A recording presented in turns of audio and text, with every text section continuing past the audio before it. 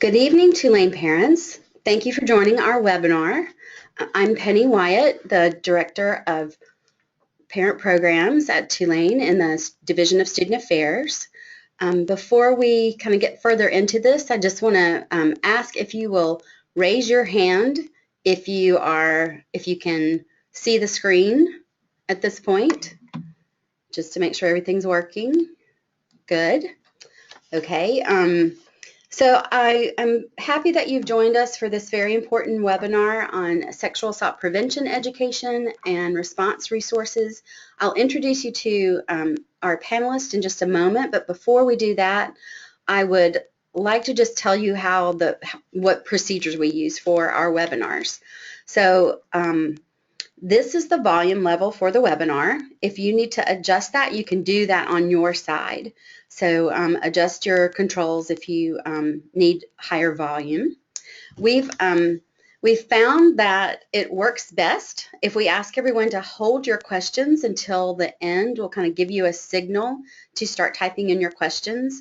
Usually we've anticipated most of those questions and in the way we've prepared the presentation, but we'll always spend some time at the end for Q&A. So just type those in at the end. We will read those questions out. They won't be visible to everyone in the webinar, but we'll be able to see those and start answering your questions.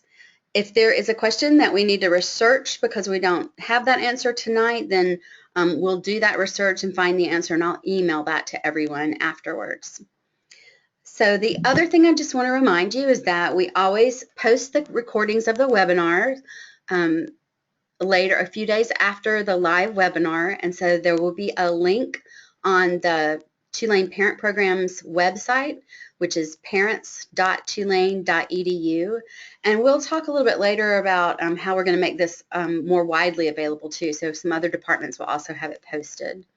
So tonight, after the webinar closes, I will email all of you, everyone who registered, a copy of a PDF of the slides. So if you wanted to review the information on the slides before you're able to see the combined audio-video file online, you could do that pretty quickly.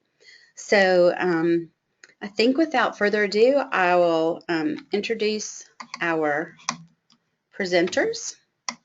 So we have three people from the Division of Student Affairs here with us tonight. So Matt Hall, who is a health educator for the Center for Wellness and Health Promotion. Julia Broussard, who is the Assistant Director of Case Management and Victim Services. Karin Arndt, who is a psychologist and group counselor at our Counseling and Psychological Services Center. So if you want to contact any of those folks, all of their contact information is included on the very last slide of the presentation. So as we get started here, I just want to turn things over to Julia. Good evening, everyone, and thank you so much for being here with us. Just to really quickly go through what we're hoping to cover this evening, we're hoping to talk with you all about Tulane's policies and procedures for how we respond to reports of sexual violence. We'll be talking with you all about the support services available to students who may be affected by sexual violence. And then hopefully end on a more positive note of what is Tulane doing in the area of prevention and education around this topic, and how can you and your students contribute to a safer community at Tulane. So you can see that's just kind of a rundown of the order we'll be covering those topics. So to get us started, what are our policies and procedures at Tulane? The first thing that's important for everyone to understand is that a lot of our policies stem from federal guidelines and regulations that we have to abide by. So Title IX, most people have heard of this related to athletics. I think in the 90s there was a lot of attention around men's and women's athletics at universities being equitable. But actually what Title IX says is that no person in the United States can be discriminated against on the basis of sex if they are in any kind of program that receives federal assistance. And so Tulane and practically every university receives federal financial assistance in the form of financial aid. and so we are barred from discriminating on the basis of sex. In the 90s and then in 2011, universities got some more specific guidelines from the federal government that sexual harassment, including things like sexual assault and rape, is a form of sex discrimination that's prohibited by Title IX. And so since really 2011, there's been a big increase in regulations and guidance from the federal government. Also some legislation passed with the reauthorization of the Violence Against Women Act that has really laid out for universities what their responsibilities are when it comes to sexual violence that's affecting their students. So kind of the crux of what these obligations are, if a school knows or reasonably should know about any type of sexual harassment, including sexual violence, schools are required to do three things. They need to take immediate action to eliminate the harassment, they need to work to prevent its reoccurrence, and they need to address the effects of that harassment or violence. And so usually what this looks like is providing resources to any affected students, particularly the victim, to help protect that student and again, hopefully eliminate the harassment, prevent its reoccurrence, address its effects.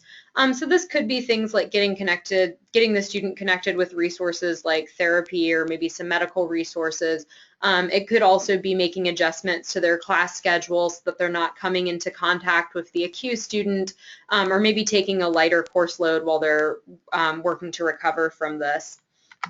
The university also has a duty to investigate, and the federal government has been pretty clear that criminal cases don't relieve us of this obligation.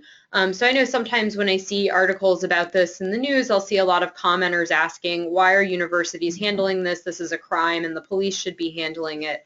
But the federal government's made it pretty clear to us that we can't just defer to the criminal justice system. We need to have our own process for addressing these incidents and holding students accountable.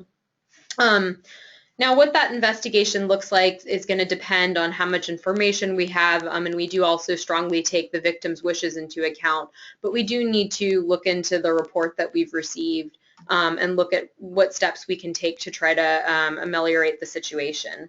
And finally, we do have a duty to educate and train our campus, and I think towards the end of today's presentation you'll learn more about what we're doing in that area. I do want to note is that one of the requirements we do have is that we have to appoint a Title IX coordinator who kind of oversees our compliance in this area. And so I have the names and contact info of our Title IX coordinators up there. I do want to note that Tulane is actually in the process of searching for and hiring a full-time standalone Title IX coordinator. Our current coordinator, Deborah Love, does a great job.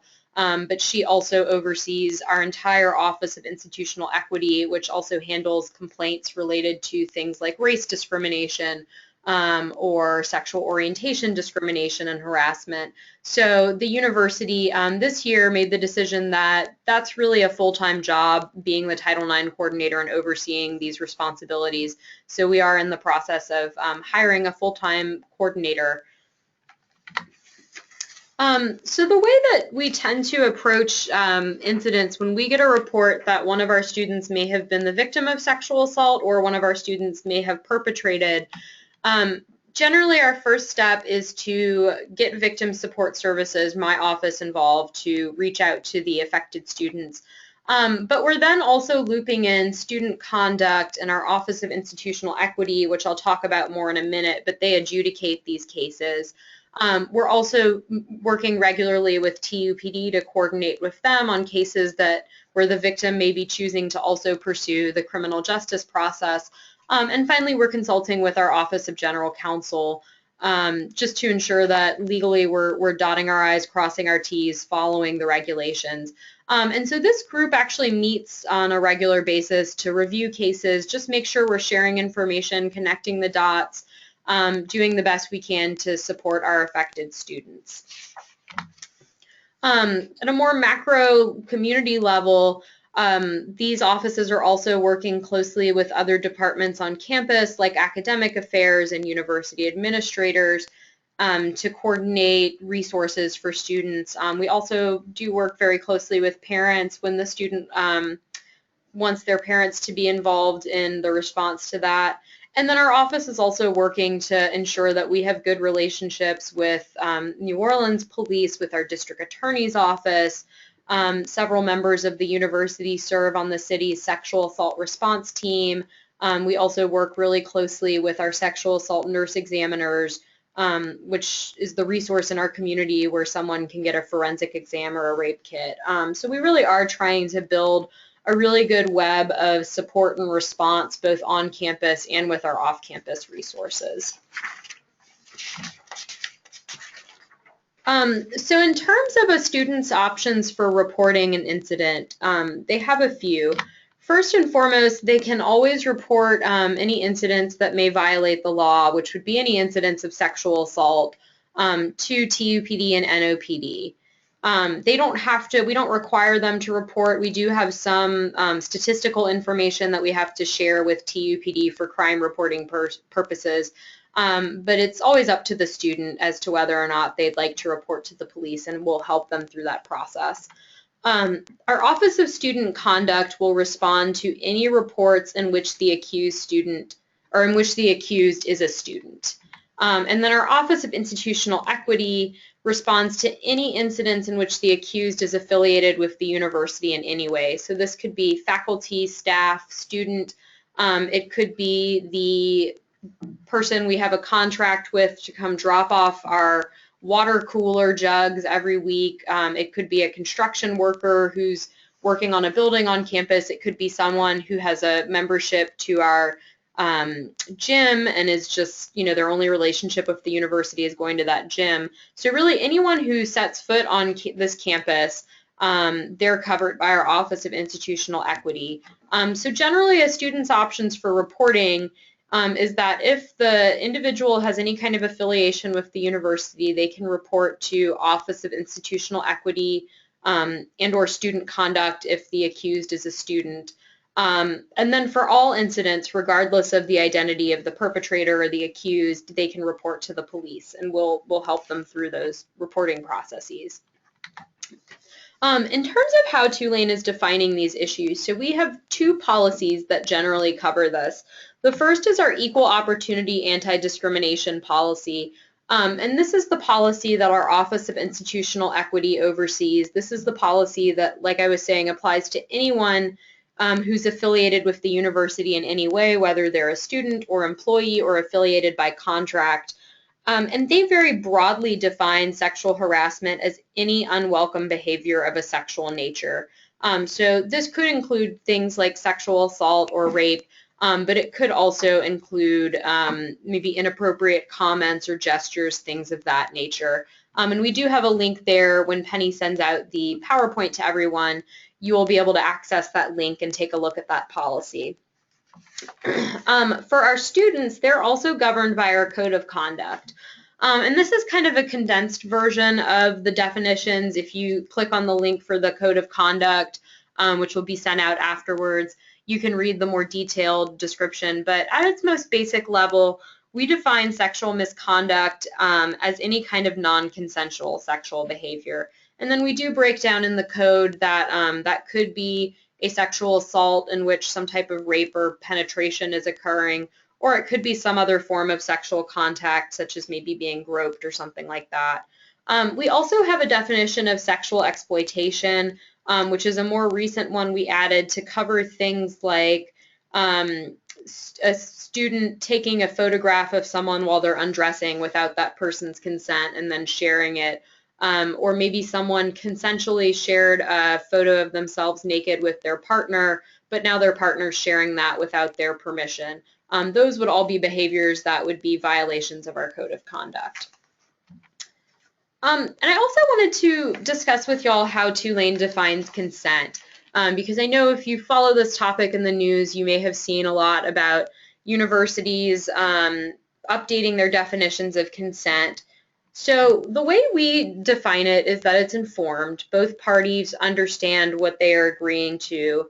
It's freely and actively given, so the person is not intoxicated or under the influence of alcohol, recreational drugs, prescription drugs, or some kind of combination of those.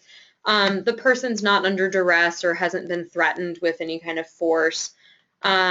It's using mutually understandable words and actions. And when we talk to our students about this definition of consent, we really encourage them to use words because that can be a lot clearer than actions and gestures and body language. It can also be withdrawn at any time as long as that withdrawal is clearly communicated. So, the expectation is that if someone says stop, the other person is going to stop. And finally, it's ongoing. So it's both ongoing in the moment and within the relationship. So what I say to students is, if you're making out with someone and that's consensual, you still have to get consent in the moment if you want to kick things up a notch and, start undressing or touching that person somewhere. And then the same goes for within that relationship. So if you and your partner have had sex once before, you still have to get consent 2 days later if you want to have sex with them. So this is the definition we're using when we're working with our students. We try to explain it to them in a more engaging way that's hopefully getting them to really reflect on this, and we'll talk later about some of the ways we're doing that. But this is our expectation for students. So shifting gears to survivor services, that was kind of the policy side of things. This is more what is available to a student who has been a victim of sexual assault. Before we go into the resources, I want to clarify the confidentiality levels of our resources. So one thing that the guidance from the federal government has told universities is that we need to be clear in delineating which resources are strictly confidential and which are more of a business confidentiality need-to-know basis. And essentially the guidance we've gotten is that really your strictly confidential resources tend to be those that fall under some type of legal privilege. So things like a doctor or a therapist or a member of the clergy. So most of our resources that we're going to cover fall under this mostly confidential, which is where we're keeping the conversations as confidential as possible. The information's really just being shared with a key group of staff members. And it's being shared with people who can either work to offer resources and accommodations or to ensure the safety of the affected student or of the entire campus. And we really do emphasize to students that even though this information may need to be shared with, for example, if they come in to talk with me, I have to share it with student conduct, their wishes carry a lot of weight in the process. So I don't want them to feel like because they've reported to a mostly confidential resource, suddenly all kinds of things are going to happen against their wishes. But we do have the obligation to share that information. Our resources like our Student Health Center and our Counseling Center, these fall under strictly confidential. And unless the student is posing a threat to themselves or to others or some other limited circumstances, nothing gets shared without that student's permission. So I'm going to shift over to my colleague Matt for a second to talk with you all about what's available at our Student Health Center.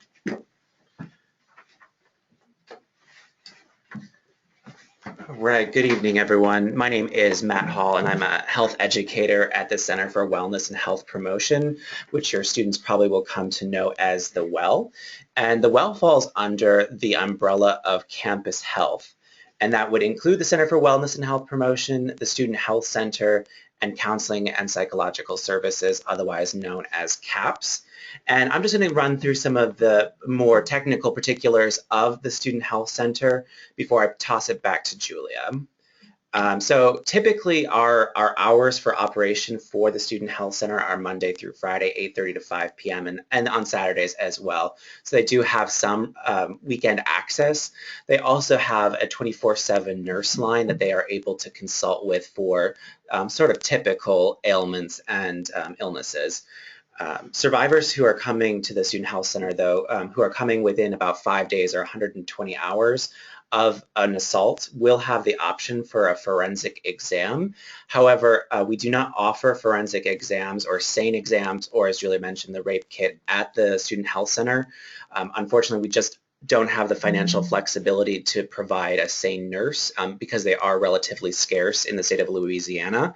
However, we can arrange for a TUPD officer or a member of our student affairs on-call team to transport a student to the University Medical Center for a forensic exam. Continuing in that vein, though, the Student Health Center does provide evaluation, testing, treatment, and follow-up care for students at any point after an assault, even if it's after that 120-hour or 5-day window. That would include counseling services and physical health services, including HIV, STI treatments, and prophylaxis for any possible assaults. Okay. At the Student Health Center, we do have physicians, nurse practitioners, and registered nurses available, and they do assist with our screenings, lab testing, support, and things of that nature. And we do work with a student to access community resources as well, particularly if that student is looking for some more long-term care. For example, in our counseling center, we do offer 12 sessions, and Karin will talk about this a little bit later on. But if they need to continue some counseling after those 12 sessions expire, we do work diligently with the student to find resources within the community. All right. And we have a really great relationship at the Student Health Center and with Campus Health altogether with our victim support services. So we are referring students to Julia's office victim support services should they like to seek that opportunity. And as Julia mentioned, the Student Health Center is strictly confidential, so no information is going to be shared unless the student poses a risk to themselves or others. And then here is the contact information for the Student Health Center, and they can be contacted at that phone number. All right, at this point, I'm going to go ahead and toss it off to Karin. Hi everyone, good evening. My name is Karin Arndt, and I'm a psychologist working at the Counseling Center, which we refer to as CAPS. Let's see here. So we offer a number of services to students in general, but a specific service that we offer to survivors of sexual assault, and this would be female-only survivors of sexual assault at this time. We understand that there are, of course, male survivors of sexual assault, but given our limited resources at this time, we offer a group for females, and we can certainly provide a group for male students if there are enough interested students. Our group is called Break the Silence, a survivor support group. And this is for female students, and this can be undergraduate students, graduate students who have experienced a sexual assault or sexual violence, you know, at some time in the past few years, basically not necessarily childhood molestation, but more so, you know, have experienced an assault more recently. We offer a number of services for students at the Counseling Center. We offer walk-in services, so our hours are 8:30 to 5 o'clock Monday through Friday. We're not open on Saturdays like the Student Health Center is, but we are open Monday through Friday, and at any time that we're open, a student can walk in. Any student in crisis or who wants to meet with a counselor immediately can walk in, and they may have to wait just a little bit, but we always have a clinician who's the walk-in counselor that they can meet with then and there. We also offer individual therapy is the biggest, the most common service that we offer. And students, and this includes undergraduates and graduate students, can see a counselor for up to 12 sessions per academic year. And if they do utilize that resource and they still, and it seems like counseling is helpful for them, we work really hard with them to make sure that they're set up with services off campus. We have someone whose exclusive role is, we call her the care coordinator. Her name is Paige, and her exclusive role is to help students get set up with off-campus services. We also offer psychiatric services. So we have a few psychiatrists on staff who perform, medication evaluations, and students are able to receive both the talk therapy end of things and also the medication end of things through our center. And I mentioned the community referrals and the consultations that's listed up there. That really just means either walk-in, like I mentioned before, students can walk in and utilize our services, or they can make an appointment for an initial consultation. And that's a 30-minute meeting with a therapist, and from there we decide kind of where to go, whether it's to receive an off-campus referral or to see a therapist in-house. Again, as Julia mentioned, we're strictly confidential at the counseling center, so a student can come to us and be assured that anything they share with us will not be shared, except under very rare circumstances that really have to do with harm to self. So usually it's suicidality or harm to another person. So yeah, we're here, and our, let's see, what else do we have here? Strictly confidential, and we can be contacted at that number. And we also have something that's new called the line, and the number that's listed there will put a student through to it's through the Baton Rouge Counseling Center, which is obviously located in Baton Rouge, but we've become associated with them. They have a line that's exclusive to Tulane students, and even though they're located in Baton Rouge, they're able to call up information that's local. So if a student is in crisis and needs resources in the New Orleans area, they have a list of that, and they know kind of where to direct students. But basically it's a 24/7 number that students can call if they're in crisis or they just want to talk to somebody. And it's a really great resource. So, great, thank you. Great, this is Julia again. So to kind of wrap up survivor services, I'll tell you about some things that fall under my office's area.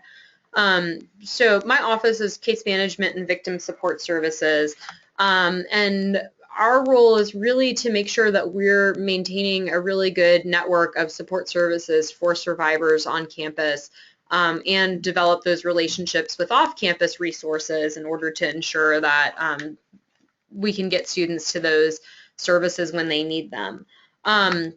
My office actually serves a variety of victims, so sexual assault, stalking, dating violence, those are definitely one of our biggest areas, but also students who may be victims of physical assault, robbery, burglary, theft, hazing, anything of that nature.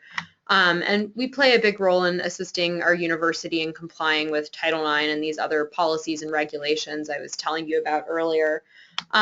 We also work with staff in our office, work with staff in housing and residence life to provide 24-hour on-call coverage for the campus. So whereas the line that Karin was telling you about is, really a place for students to call when they're feeling in crisis and need to talk to someone and maybe don't know where to turn, our on-call staff can kind of help students with any kind of immediate resources that they need. So Matt, for example, mentioned earlier that students can get help getting to the hospital for a forensic exam. Our on-call staff could drive them to the hospital or stay there with them while they're getting their exam done, just to provide some support. Or if a student lived in the same residence hall as the student who had assaulted them, we could put them in emergency housing for the evening so that they were not staying in that same residence hall. So any kind of immediate support or assistance that a student needs related to victimization, they can contact that number and get connected with a staff member who can provide that assistance that evening or weekend or whenever it is they're calling. In terms of some of the resources available to victims of sexual assault, one is definitely housing accommodations. So as I mentioned, if they need emergency housing or just want to move to a different residence hall because maybe they live in the same residence hall as their perpetrator, or they were assaulted in their room and just don't feel comfortable being in that room anymore, we'll work with housing to make that happen.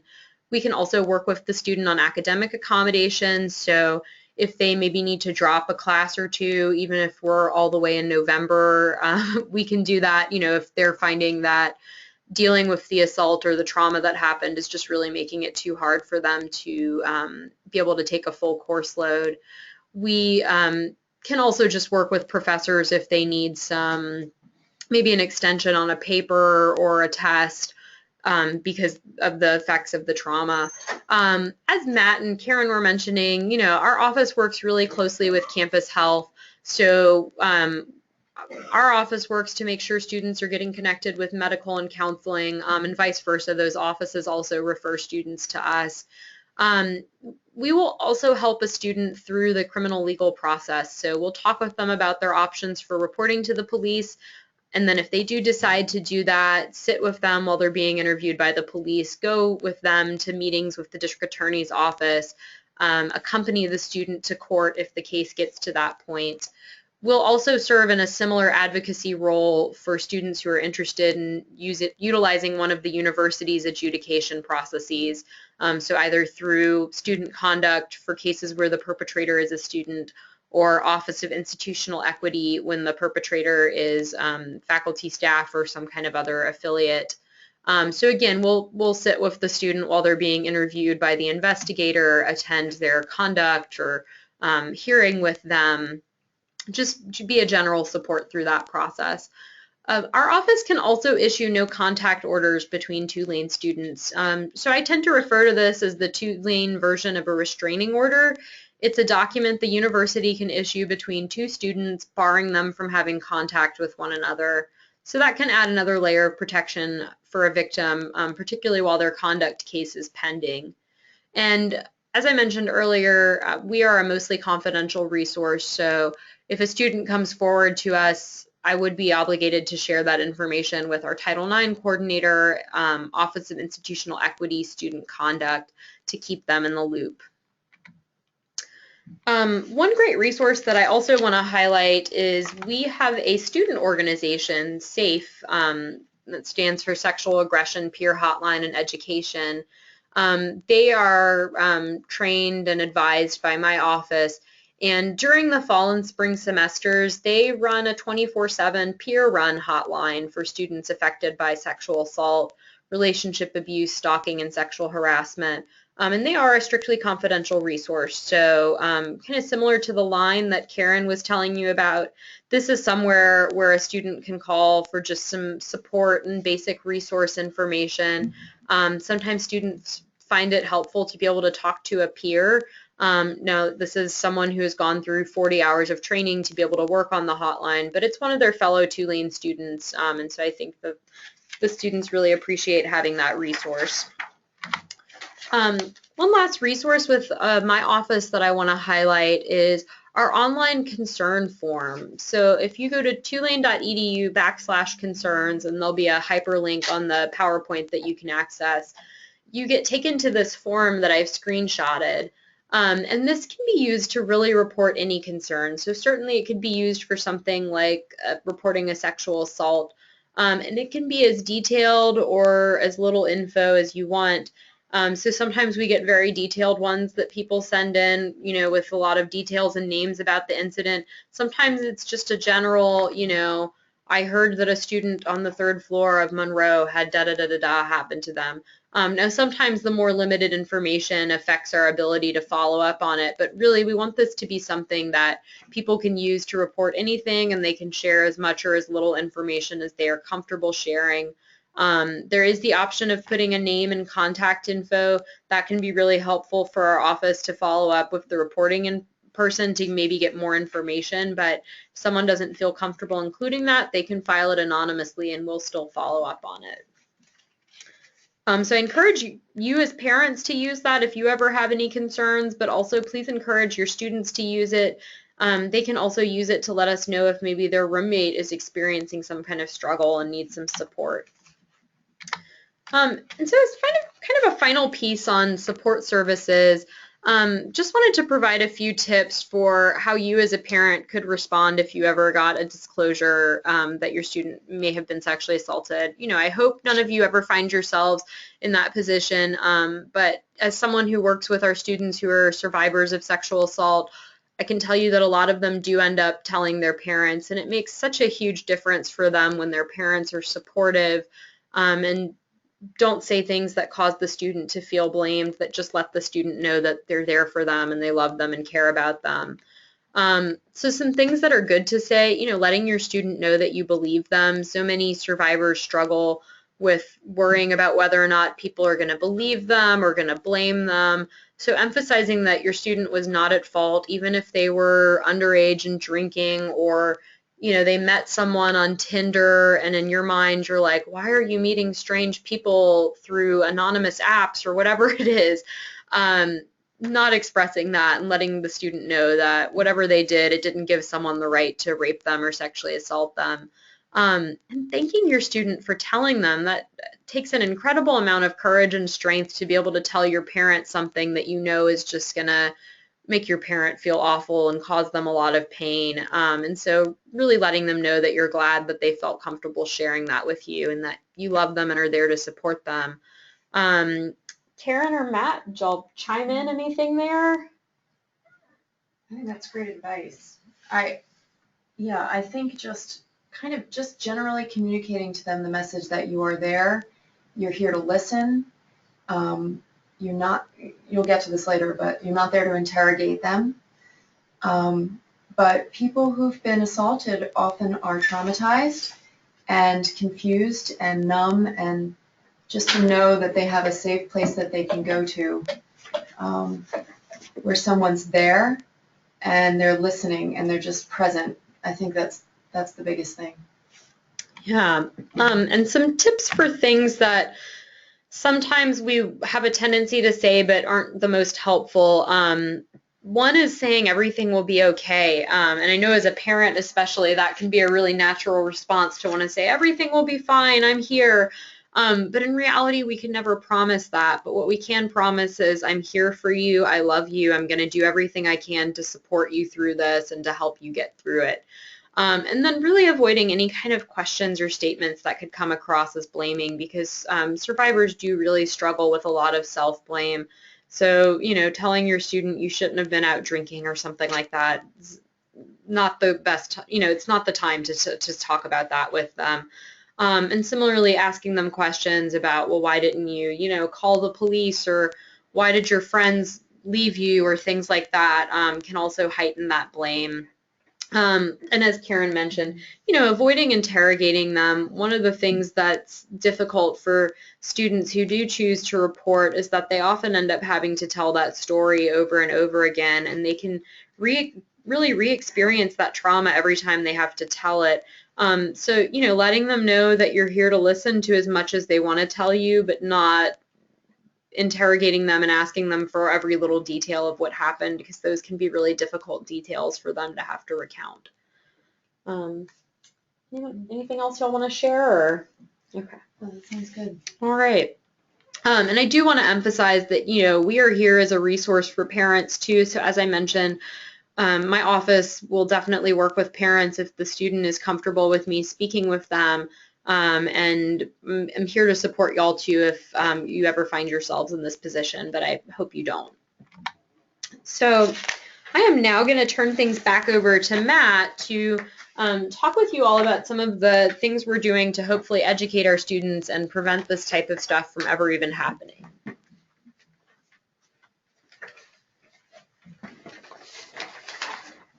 All right. So, as I mentioned earlier, I am from theWELL, which falls under the campus health umbrella. If you've had to do any, uploading of forms for immunizations, for example, you've probably seen the campus health website. But we have a hyperlink that will take you directly to theWELL in this PowerPoint that Penny will send out later on. If you want to explore that later on tonight, though, I would encourage you to do so. It's wavehealth.tulane.edu, and you can explore information about theWELL, but also counseling and psychological services and the Student Health Center. And one note about the upcoming things that I'm going to discuss. I'm going to talk about some programming and prevention and education efforts done by theWELL. And at first, they're probably going to seem not directly related to sexual assault. But I think what you'll find is that the services that we provide are done so because students don't, attend Tulane and seek services in a vacuum. So while I might talk about an alcohol program, I think it's important to note that alcohol and sexual assault, or mental health and sexual assault, are not, unique and separate from each other. And so we're going to have a conversation about overall wellness, and we have to keep in mind that all of these elements of wellness are interchangeable and vary student by student. All right, so our first program, and this is one of our most visible programs that has stakeholders across the campus, is called One Wave, and it's our bystander intervention program. And basically, we're seeking community mobilization for this program, and it's designed to reduce and ultimately eliminate sexual violence on our campus and within the Tulane community in a broader sense. I'm not going to say too much about this now because I have a bit more information on it later on. But once again, this is basically empowering students to feel comfortable intervening in situations of possible harm among their friends, peers, or people they see in their daily lives. My Student Body is a pre-matriculation program that's online.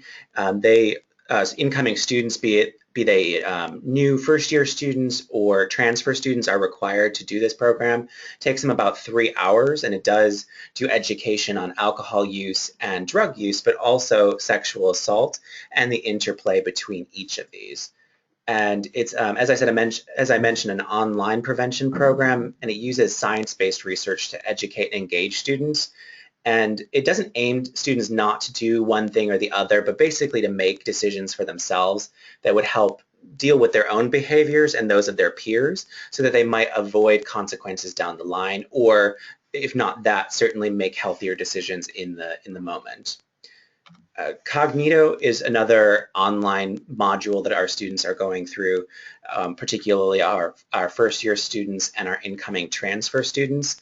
And this is actually a suicide gatekeeper training, and there are versions for both students and faculty and staff. And what I think is important to note about Cognito is that it's really important to educate ourselves, not only as parents or as staff, but also as students, about individuals or students in distress. So the Cognito training empowers students to recognize signs of distress so that they can step in again and point a friend or a peer in the direction of help. All right. The Tulane University Peer Health Educators, or otherwise known as the TUFs, are a group of students. We currently have about 45 students on campus that are TUFs, and they are a group of trained and certified peer health educators that advocate for and promote healthy choices and personal well-being and community safety. They use quality, innovative, and inclusive workshops, services, and events to meet the needs of all of Tulane students. And so if we're thinking about this in a broader context, I think we want to turn our conversation about wellness to one of holistic health and out of this traditional disease model. So whereas we used to consider wellness to be the absence of illness, we're now thinking about the overall mind, body, spirit wellness. And the TUFs create a culture in which it's normal to discuss one's wellness needs and proactively reach out to find necessary resources.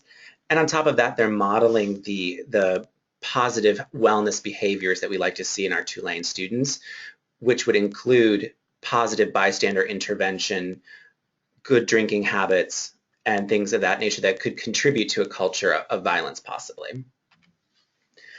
Living Well at Tulane is a program for incoming first-year students that they all go through the Sunday prior to the classes starting. Myself and I believe Julia, were you on that too, Karin? Oh, yeah. Okay, so all of us here today were facilitators for that program, but basically it is a program that covers alcohol use and bystander intervention, more on a basic level, essentially, providing basic bystander intervention skills for first-year students and giving them a bit of alcohol education content before starting their time at Tulane. Ooh, did we skip a slide? Oh. All right, Basics is the brief alcohol screening and intervention for college students. And this is a program that is set up through theWELL to do some education after a possible incident, for example, with conduct or housing and residence life, or even a self-referral. So if a student is written up, for example, in the residence hall, they might be referred to theWELL to go through a basic session in which they will sit down with a health educator like myself. And it's a 2-session program. In the first session, they'll undergo a personalized analysis. They'll take basically a survey about their drinking and drug use habits. And in the second session, the health educator will review that analysis with the student and have an in-depth conversation about, health behaviors and how the interplay of these two things may result in, academic success, personal success, or not, and how one might be able to improve these behaviors to continue leading a successful life at Tulane. Within this context, students may be in a situation where they disclose sexual assault or victimization, and they are protected by confidentiality in this instance. Typically, the WELL doesn't have the same level of confidentiality as, a licensed professional, but within the basics realm, they would. But in that case, we would be able to play that role of advocate and get them pointed in the right direction, getting them to the student health center or referring them to Julia. But otherwise, it's designed to assist students in examining their drinking habits in a judgment-free and, non-labeling environment that is private and is, not referred back to their housing staff. Just a few other background details on basics. It is free if a student is referred to basics at the WELL. It is free for their first session. Any repeat sessions may incur a cost of $200. All right, and then I'll toss it back to Julia real quick for one final note.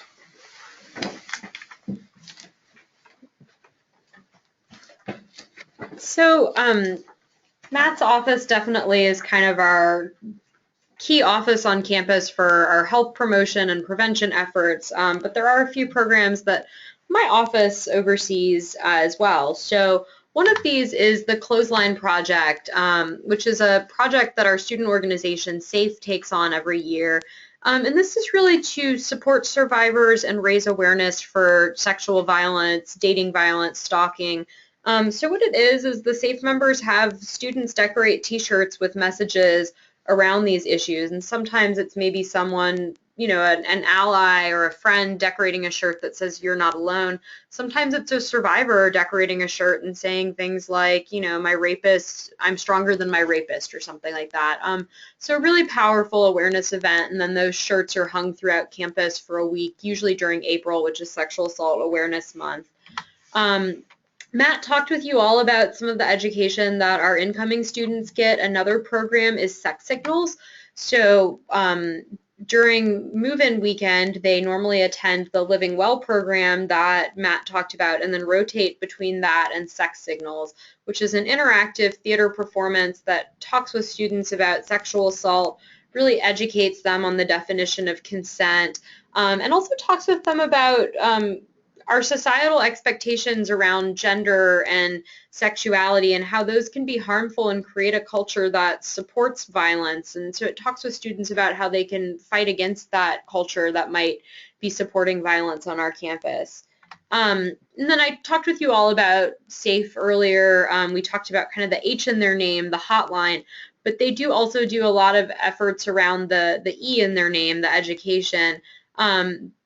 Over the past couple years, they have really expanded their programming and now offer 1 hour, 30-minute programs on consent and how to support survivors that are available to student groups. So a fraternity can request it, a RA can request it for their building. They've also engaged in legislation advocacy and other efforts around the topic of sexual violence. And I will toss it back to Matt now.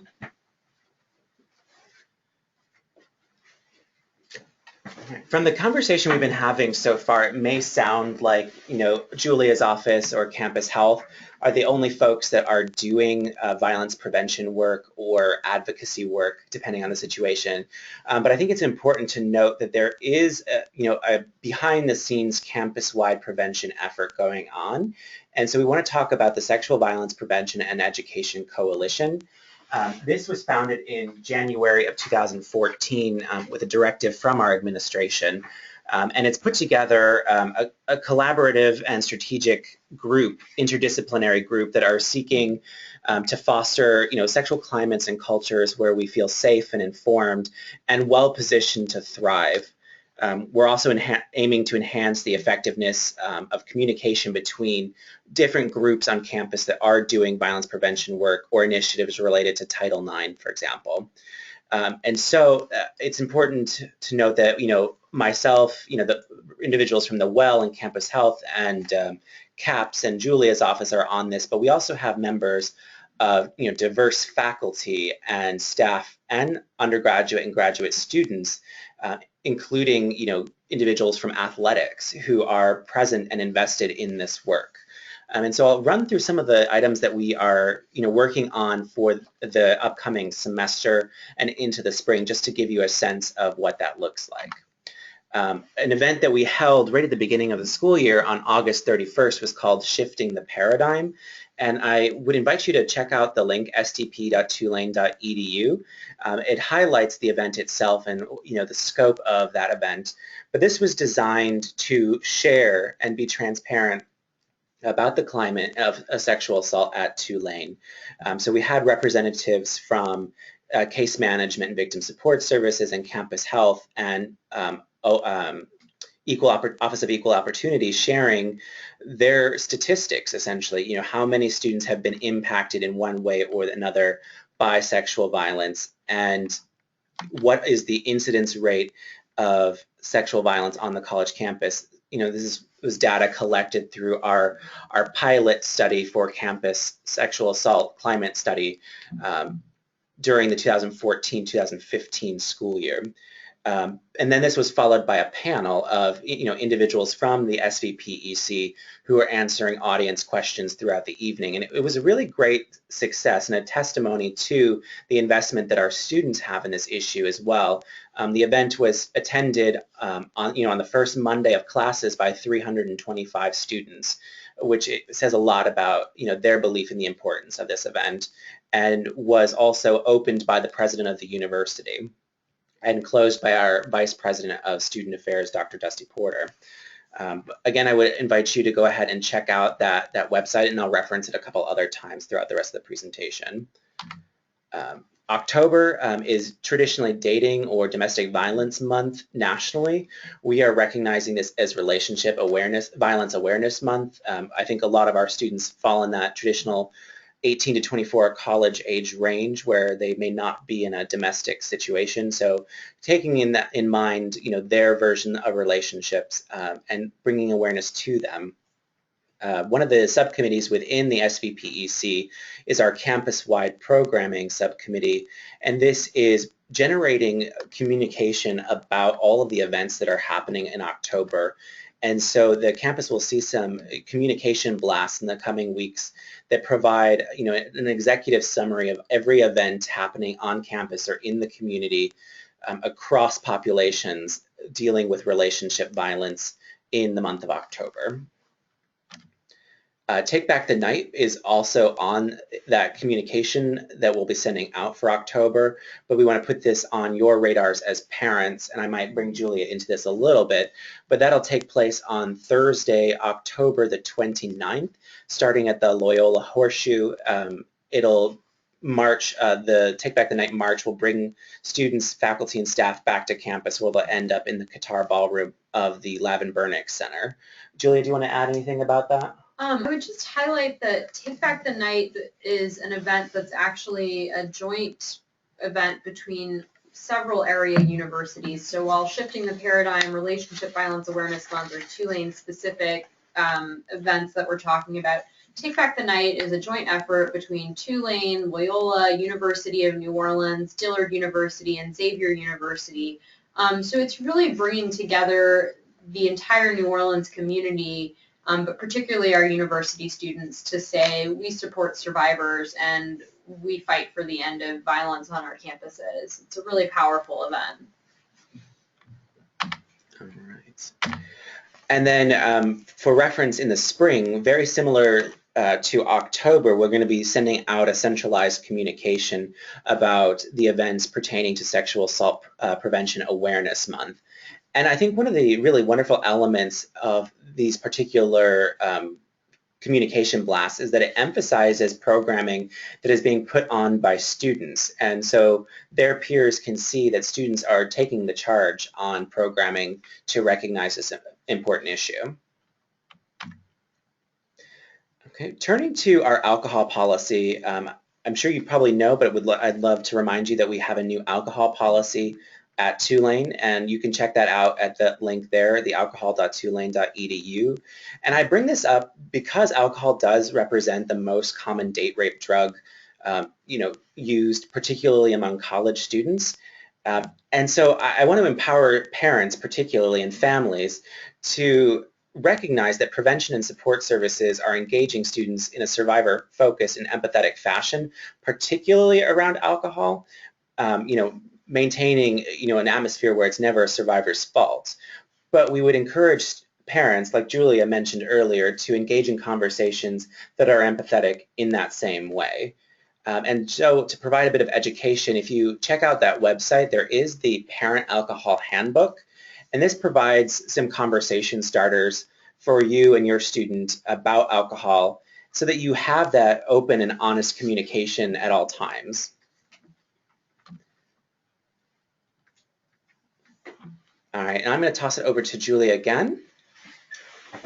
So we also wanted to tell you a little bit about what one of our wonderful partners and allies on this campus, the Newcomb College Institute, is doing. So their focus is on women's leadership, but they have really done a lot of great programming, bringing in experts on this topic, hosting book groups, reading books around the issue of sexual assault. They've really been a great partner in this. They also advise some student organizations, the Vagina Monologues and 1 Billion Rising, which also do a lot of great work around sexual assault awareness and advocacy.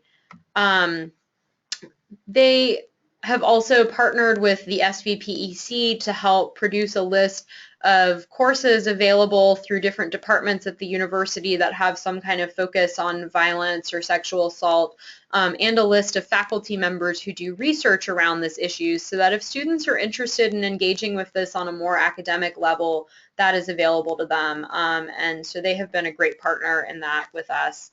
I also did want to highlight that my office partners with Student Conduct and with our Office of Institutional Equity, as well as, I actually apologize, I left off our Professor Dennis Kehoe, who is chairing the Faculty Senate Committee for Equal Opportunity, has also been a great partner in this, in making sure that we're training our faculty and staff and other first responders, people who are likely to receive reports of sexual violence, about, one, how to respond sensitively and appropriately, but then two, what are our policies and procedures so that they can effectively help someone. So this includes, we've been making the rounds to faculty departments, talking to our faculty about what they can do if a student discloses. We do regular training for our campus police, for our resident assistants in the residence hall, so really trying to catch all of the people that could be likely to receive a report. And I'll send it back to Matt. One of the other initiatives that the Sexual Violence Prevention and Education Coalition has been working on finalizing over the summer and into the lead up of shifting the paradigm was an intervention inventory. And so this is publicly available at stp.tulane.edu, and it provides information and contact info about all of the intervention programming and education that we do on campus across the Division of Student Affairs and within our campus partners.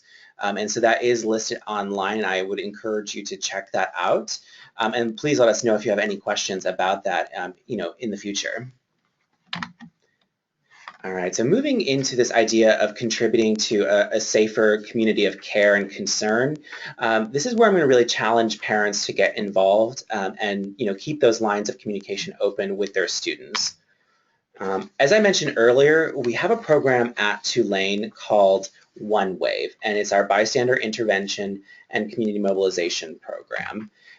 So the trainings themselves, we hold 4 trainings per semester. They're about 4 hours in length, and we take students across across campus into these trainings and work with them on a couple of different levels. We're looking to recognize the scope of, of the problem itself. So what is the scope of sexual violence, within Tulane, within New Orleans, as a nation, and using this as our frame, we're going to look towards identifying situations where there might be high-risk behavior, so recognizing a situation where there's possible violence, and then providing students the skills and the confidence to step into those situations in one way or another so that they can reduce or stop that violence, deflect, essentially, creating that safer moment, or what we call a green dot.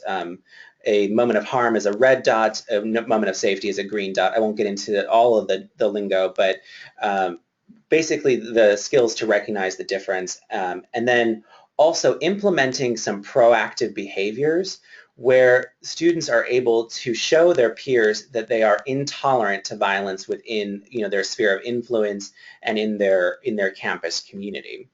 And all of this is done with the purpose of creating culture change on campus.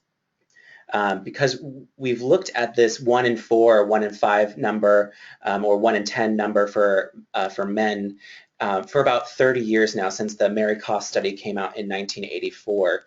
And we had to change the way we were approaching sexual violence work. And so instead of teaching someone how to not be assaulted or someone how to not assault, we're empowering all the people that they come into contact with to feel as though that they can step in and create change themselves. And we're seeing this, within these student trainings, which is great. And I guess I should mention as well, all of our resident assistants on campus, all of the RAs, all of our athletes, and a growing number of campus student leaders who are devoted to this cause have been trained. So it's a growing movement on campus, and we're also seeing it filter into the classroom. Recently, starting this semester, we have faculty including One Wave language about seeking resources and an intolerance to violence in their syllabus, in their class syllabus. We also have published a faculty toolkit that provides faculty, resources and language about how to approach, working with a student who might be victimized. And then finally, we've also published a curriculum infusion document so that faculty who are looking to become engaged in an academic sense can weave this content into their normal lectures. All right, so this is the part where I'm going to call parents out and get them involved. Parents are our most valuable allies in this work to end sexual violence, and so I think that you all are positioned to make a huge change in your student's life. So I think it's definitely important to have a conversation with your student about involvement on campus. What can your student do, or what does your student feel comfortable doing to put him or herself or their self out there in a way that illustrates their intolerance to violence and their willingness to help? I would also say it's important to be prepared. Your student or a friend of your student may be the survivor of sexual assault, and certainly we hope that is never the case, but I think having all the tools in your belt that you can possibly have is certainly important. So we would invite you to visit the alcohol website, alcohol.tulane.edu, and explore resources on campus about alcohol, and then visit the One Wave website, onewave.tulane.edu, and become informed about bystander intervention and the One Wave movement. All right, so at this portion, we're going to go ahead and work into the questions. Penny is going to moderate the questions for us, and we'll just sort of popcorn style answer those, but feel free to go ahead and start typing those.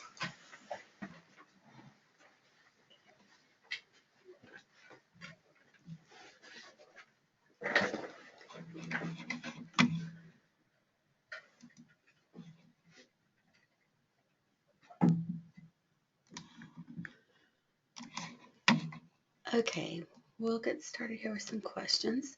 So one person has asked, where can I find the resource on how to speak to our student about sexual assault? So could you remind us where that would be? A resource on how to speak to our student about sexual assault. Sure. So I don't think we actually have a parent guide created on how to speak to your student about sexual assault. And that's definitely something we can work on getting created. I think actually the faculty guide on how to talk to a student about sexual assault, so that one that Matt referenced that is going to be on the onewave.tulane.edu website. Those tips, I mean, we put them on there for faculty, but they're really the same tips we give to anyone. So it's about being supportive, not interrogating or trying to tell the person what they should or should not do, but really just letting them know that you're there as a support and then making sure they're aware of what resources are available on campus. But I do think that that's a great idea for us to maybe create a little 2-page guide for parents on tips for responding if your student does disclose a sexual assault. We're happy to work on that. You can also, this is Karin from the Counseling Center. Our walk-in clinician who's there 8:30 to 5 p.m. Monday through Friday also takes calls from parents who have a specific question about how they should approach their student, about any number of things. But if you find yourself just kind of confused about how to go about it, we always have an on-call clinician. They may not be able to speak to you in the moment, but they will call you back that same day and be able to kind of talk you through what might be an appropriate response and a helpful response. Another thing that we wanted to just encourage you to do is just in general to get more education about the resources here at Tulane. We recommend that you encourage your student to watch this webinar. This information is the kind of thing we present to students all the time, but they may not have been able to go to a particular presentation, or they haven't heard all of this information in one place, kind of gathered in this format. So when we do convert the webinar and have a recording of it, it'll be linked from the parent website, but it'll also be linked from the Student Health Center website. So we'll even include where else it's linked or something when it's on our parent page, just so that if you wanted to have a discussion with your student about it and make sure that they've already reviewed the information so you're both on the same page, you can do that. So let's see if there's any other questions. I'm not seeing other questions, so I'll ask again. If you've got a question, then type that in. And it's Wednesday night, so you'll probably see the combined audio-video file link up by Monday. So I would say if you want to review everything again or share that with someone, then it should be available on Monday. And when I send you the follow-up email with the PDF attached, I'll remind you of the web page where you'll find the webinar archive. So I don't see any other questions. If I've somehow missed a question, you are welcome to email me. I think I have a question. Okay, here's one. So when collecting a rape kit, time is of the essence. If an incident occurs on a weekend when health services are unavailable, what is the approach for handling this? So Julia? Sure, yeah. So the student has a few different options. So the hospital in New Orleans, University Medical Center, that is our hospital that has sexual assault nurse examiners on call 24/7. They do our forensic exams. They are fabulous at what they do. They're available 24/7, so really it would just be a question of, what is the student's best option for getting to that hospital. They can contact TUPD, and TUPD can take them to the hospital.